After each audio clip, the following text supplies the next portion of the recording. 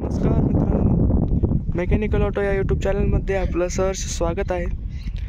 आजचा जो व्हिडिओ आहे तो आपण PTO वरती करणार आहोत. बऱ्याच कमेंट आले होत्या की नेमका 540 आणि 540E या दोनमधले फरक काय आहे, त्या संदर्भामध्ये आपण या व्हिडिओमध्ये आज बोलणार आहोत. व्हिडिओ आवडल्यास लाईक करा, शेअर करा आणि सबस्क्राईब करायला विसरू नका.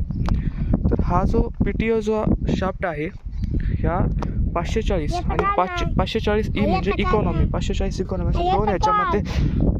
अशा दोन ह्याच्यामध्ये केला जातो.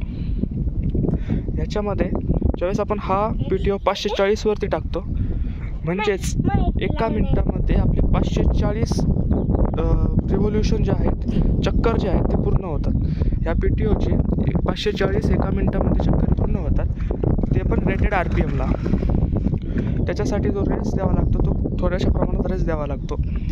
आणि इकॉनॉमी जे आहे, इकॉनॉमी म्हणजे काय, तर हा जो आपला जो ट्रॅक्टरचा रेस आहे तो कमी रेसमध्ये रेस कमी द्यायचा आणि कमी रेसमध्ये त्या ठिकाणी जास्त आपल्याला आउटपुट मिळतं. म्हणजे जास्त चक्कर तो PTO फिरतो, त्याला 540 इकॉनॉमी म्हणतात. ह्याच्यामुळे होतं काय की आपल्या डिझेलची बचत होते, ट्रॅक्टरला ॲव्हरेज चांगला मिळतो. त्यासाठी हे दोन ऑप्शन दिलेले आहेत. तसं बऱ्याचसा विचार केला तर आर्मेचरमध्ये मात्र हा 540च वापरला जातो, इकॉनॉमी चालत नाही.